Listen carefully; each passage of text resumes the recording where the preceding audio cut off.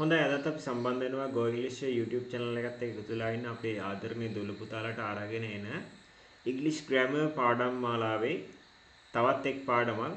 අපි පාඩම ගැන කියන්න කලින් අපි දැනට perfect tense එක මේ දවස්වල කරගෙන යන්නේ ළමයි. ඒකේ present සහ past වර්තමානයේ සහ අතීතයේ අපි දැන් ඉවර කරලා තියෙන්නේ present perfect tense එක සහ past perfect tense එක. දැන් අපි ඉදිරියට කරන්න තියෙන්නේ අනාගත කාලය. perfect tense එක ගැන කතා කරද්දී ළමයි මතක් කරන්න ඕන මේකේ පොදුවේ භාවිතා කරන ක්‍රියාපදය past participle verb එක නැත්නම් third verb එක අතීත කෘදන්ත අවස්ථාව subject එක ආරම්භ කරන වාක්‍ය රටාව කර්තෘට ප්‍රථමයෙන් අපි උපකාරක පද භාවිතයක් ගන්නවා present එකේදී has have ඒක වචන බහුවචන ભેදය අනුව past එකේදී had පොදුවේ භාවිතා කරනවා. අර්ථයන් විදියට ගත්තොත් පළවෙනි වාක්‍ය රටාව the present perfect tense වාක්‍ය රටාවේ ඕනම ක්‍රියාකාරකමක් කරලා නැත්නම් කරලා තියෙනවා කියන අර්ථයෙන් අපිට වාක්‍ය නිර්මාණය කරන්න පුළුවන්.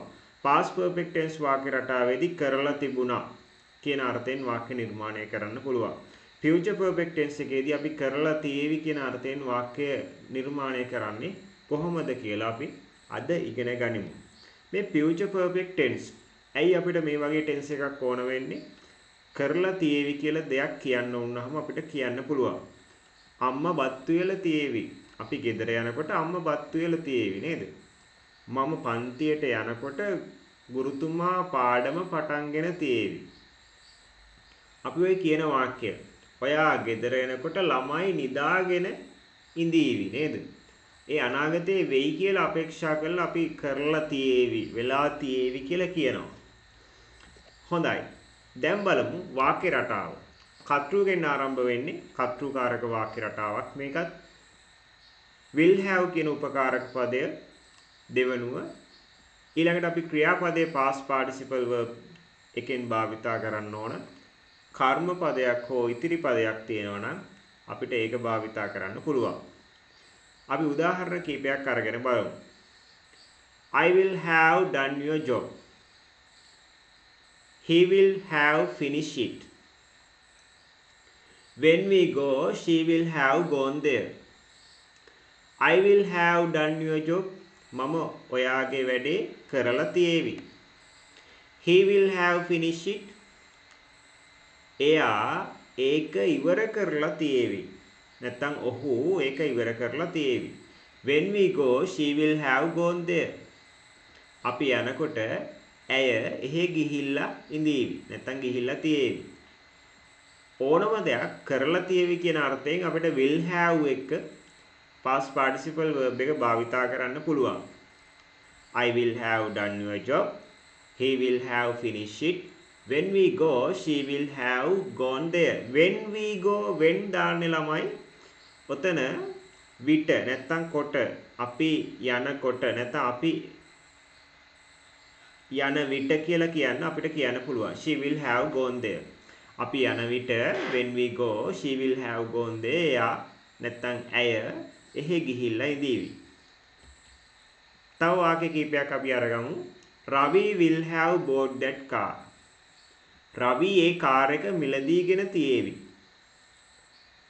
That girl will have told lies. ඒ ගෑනු ළමයා බොරු කියලා තියේවි. He will have got ready by 7 o'clock. එයා නැත්තම් ඔහු 7 වෙනකොට ලෑස්ති වෙලා ඉඳීවි. We will have won that match. අපි ඒ මැච් එක නැත්තම් ඒ තරඟය ජයග්‍රහණය කරලා තියේවි. She will have written a book. ඇය පොතක් ලියලා තියේවි. Sunil will have burnt it. Sunil ඒක පුච්චලා තියේවි. Number 7. Ashan will have sung a song. Ashan ගීතයක් ගායනා කරලා තියේවි.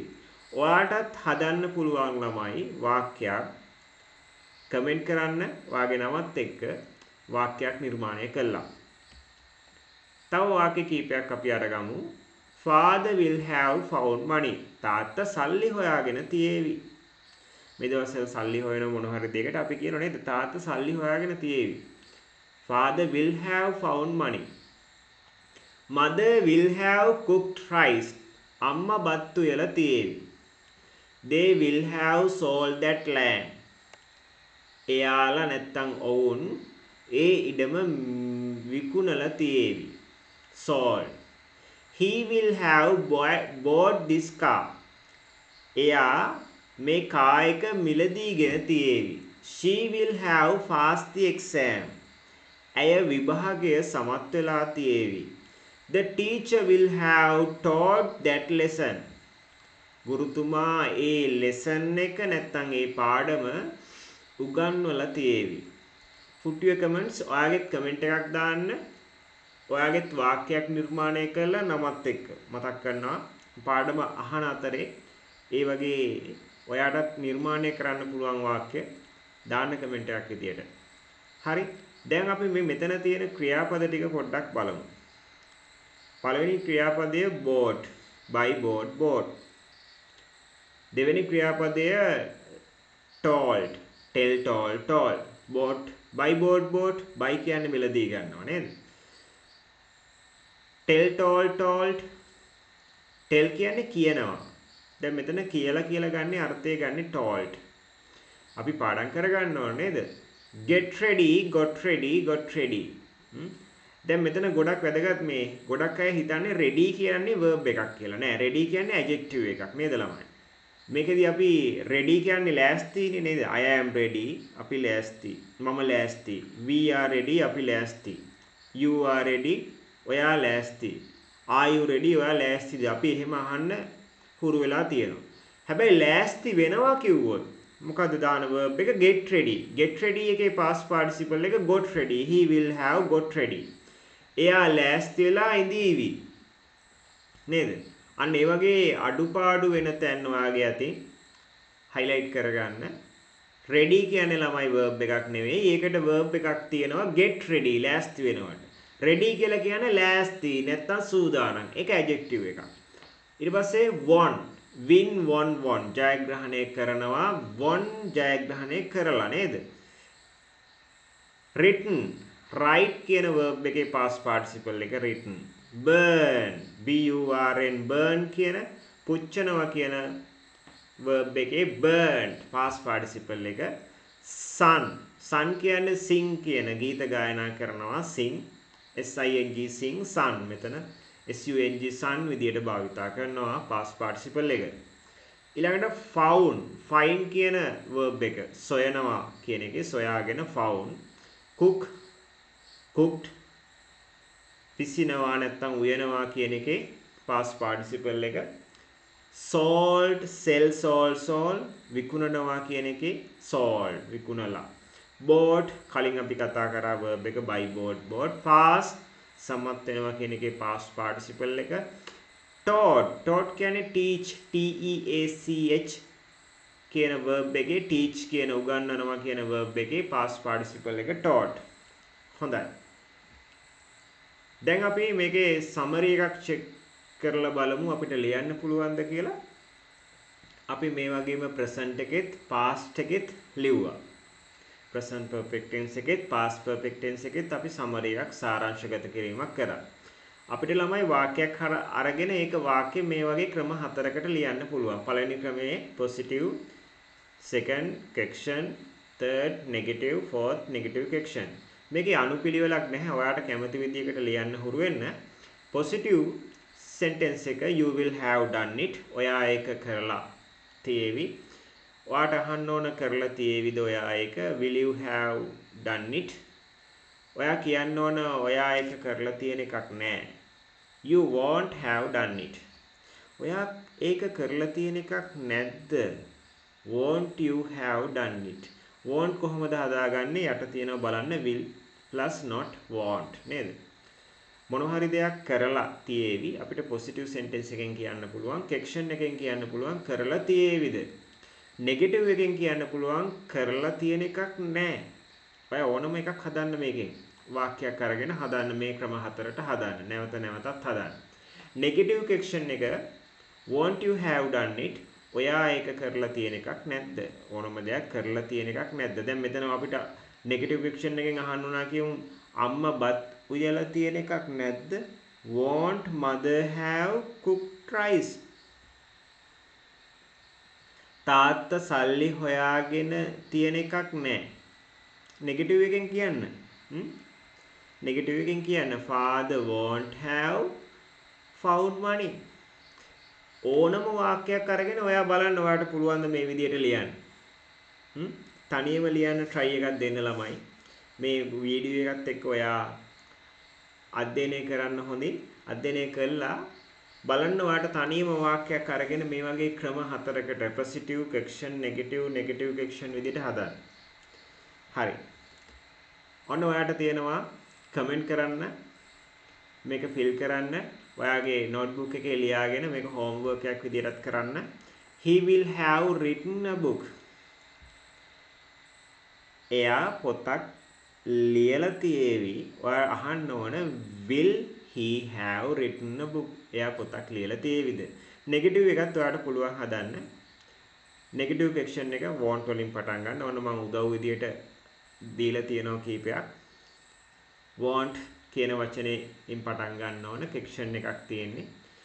ඒ විදියට ඒකත් fill කරන්න.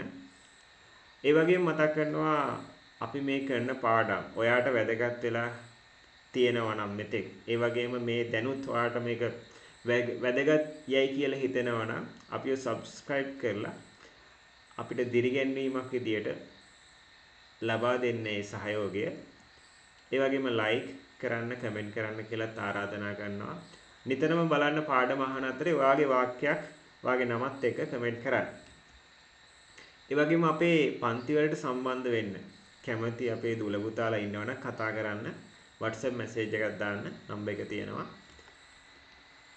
අපි දැන් perfect tense එක ඉවර කරලා තියෙන ළමයි ඒකේ අපි බැලුවා මේ වාක්‍ය අතර වෙනස මොකක්ද කියලා. present past future බලන්න. present tense එකේ මේක හොඳින් අධ්‍යයනය කරන්න. ගන්න උපකාරක පදය has have.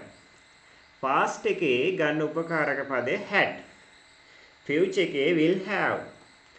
ක්‍රියාපදය තුනේම past participle verb නේද? ඔන්න අපි වාක්‍යයක් අරගෙන තියෙනවා. අම්මා උයලා. මේ දැන් පොඩ්ඩකට කලින් උයලා ඉවර කරේ. අපි කියනවා අම්මා උයලා mother has cooked. අම්මා උයලා තිබුණා අතීතෙන් mother had cooked. අම්මා උයලා තියේවි mother will have cooked. මොකද්ද වෙනස බලන්න මේ වාක්‍ය තුනේ? උපකාරක පදය විතරයි ළමයි වෙනස් වෙන්නේ නේද? බලන්නකෝ has had will have. ඔයාලට මතක තියාගන්න ලේසි. මේ වගේ දෙයක් ඔයත් ලියන්න.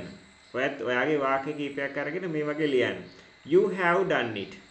ඔයා ඒක කරලා ඉන්නේ නැත්නම් ඔයා ඒක කරලා ඉන්නේ. දැන් පොඩ්ඩකට කලින් ඔයා ඒක කරේ. අපි කියනවා ඔයා ඒක කරලා. You have done it. ඔයා ඒක කරලා තිබුණා. You had done it. ඔයා ඒක කරලා තියේවි. You will have done it. උපකාරක පදයේ වෙනසක් විතරයි ළමයි තියෙන්නේ. එක වාක්‍යයක් ගත්තොත් ඒකේ උපකාරක පදය විතරයි වෙනස් වෙන්නේ. Father has gone to work. තාත්තා වැඩට ගිහිල්ලා තිබුණා. Father had gone to work. තාත්තා වැඩට ගිහිල්ලා තියේවි. Father will have gone to work. Father will have gone to work. We have found money. අපි සල්ලි හොයාගෙන. We had found money. අපි සල්ලි හොයාගෙන තිබුණා. We will have found money. අපි සල්ලි හොයාගෙන තියේවි. He has written that note. ඔහු ඒ නෝට් එක ලියලා. ඔහු ඒ නෝට් එක ලියලා තිබුණා. කොහොමද කියන්නේ? He had written that note. ඔහු ඒ නෝට් එක ලියලා තියේවි. He will have written that note. නැවත නැවත කියවන්න බලන්න ඔයත් මේ අතරේ මොකක්ද වෙනස කියලා. ඔයාගේ වාක්‍යයත් අරගෙන ලියලා බලන්න මේ වගේ chart එකක් ගහගෙන. මේක ඔයාලට හොඳයි නිතර පේන තැනක තියාගන්න. මේ tense එකේ වෙනස්කම් ඔයාලට පුළුවන් මතකේ තියාගන්න ඒ අයුරින්. හරි. අපි දැන් එක එක වාක්‍ය ගන්න වගේම අපි මේ පාර ගන්නවා එක tense එකකින් වාක්‍ය හතරක්. present tense එකෙන් 4යි, past එකෙන් 4යි, future එකෙන් 4යි. present perfect tense එකේ 4 බලන්න. Father has found money. Has father found money? Father hasn't found money. Hasn't father found money? බලන්න positive question, negative question කියලා අපි වෙන් කරගත්තා නේද? දැන් මේකෙත් අපි මේ වෙන් කර ගැනීම එකිනෙක සංසන්දනය කරනවා past එකේ future එකේ. මේ එක වාක්‍යයක් අරගත්තේ ඔයාලට තේරුම් ගන්න ලේසි වෙන ළමයි. දැන් තාත්තා සල්ලි හොයාගෙන father has found money. අපි positive එකේ කියනකොට question එකෙන් කියන්නේ තාත්තා සල්ලි හොයාගෙනද has father found money. තාත්තා සල්ලි හොයාගෙන නැහැ. father hasn't found money. තාත්තා සල්ලි හොයාගෙන නැද්ද? hasn't father found money. past එකේ කොහොමද කියන්නේ ඒක? තාත්තා සල්ලි හොයාගෙන තිබුණා. father had found money. තාත්තා සල්ලි හොයාගෙන තිබුණේ. නැත්නම් තාත්තා සල්ලි හොයාගෙන තිබුණද? had father found money. තාත්තා සල්ලි හොයාගෙන තිබුණේ නැහැ. father hadn't found money. තාත්තා සල්ලි හොයාගෙන තිබුණද? තිබුණ නැද්ද? hadn't father found money. future tense එක නැත්නම් future perfect එක අපි අද කරපු පාඩමේ ගන්නෙ මොකද්ද? will have කියන උපකාරක පදය. father will have found money. Question එක will father have found money? බලන්න will විතරයි ගන්නෙ. will have වලින් will විතරයි ගන්නෙ වාක්‍යයේ question එක හදන්න ඉදිරියට. will father have found money? Negative එක father won't have found money. Negative question එක won't father have found money. හරි. ඔයත් මේක එක වාක්‍යයක් අරගෙන බලන්න මේ වගේ වාක්‍ය 12ක් ඔයාට ලියා ගන්න පුළුවන්ද කියලා. එක tense එකකින් 4 බැගින් tense 3න් 12ක් එකම වාක්‍ය අරන් ලියලා බලන්න. එකම වාක්‍ය අරන් pronounce කරලා බලන්න. එකම වාක්‍ය අරන් ඒ සිංහල තේරුම බලන්න. ඔයාට ලොකු අවබෝධයක් ලබා ගන්න පුළුවන් perfect tense එක ගැන. ඔන්න තියෙනවා ඔයාටත් homework එකක් ළමයි මේක fill කරන්න. අම්මා උයලා කියන එක අපි වාක්‍ය 12කට හදනවා perfect tense එකේ. හොඳයි. එහෙනම් අපිත් එක්ක රැඳී සිටි ඔයාලට ගොඩක් ස්තුතියි. ඔයාට මේ පාඩමේ මොන හරි දෙයක් මොන හරි උදව්වක් ඔයාගේ අධ්‍යාපනයට ලැබුණා නම් අපිව subscribe කරලා අපිට සහයෝගයක් දිරිගැන්වීමක් ලබා දෙන්න කියලා නැවතත් ආරාධනා කරනවා. Goodbye children. Wish you all the best.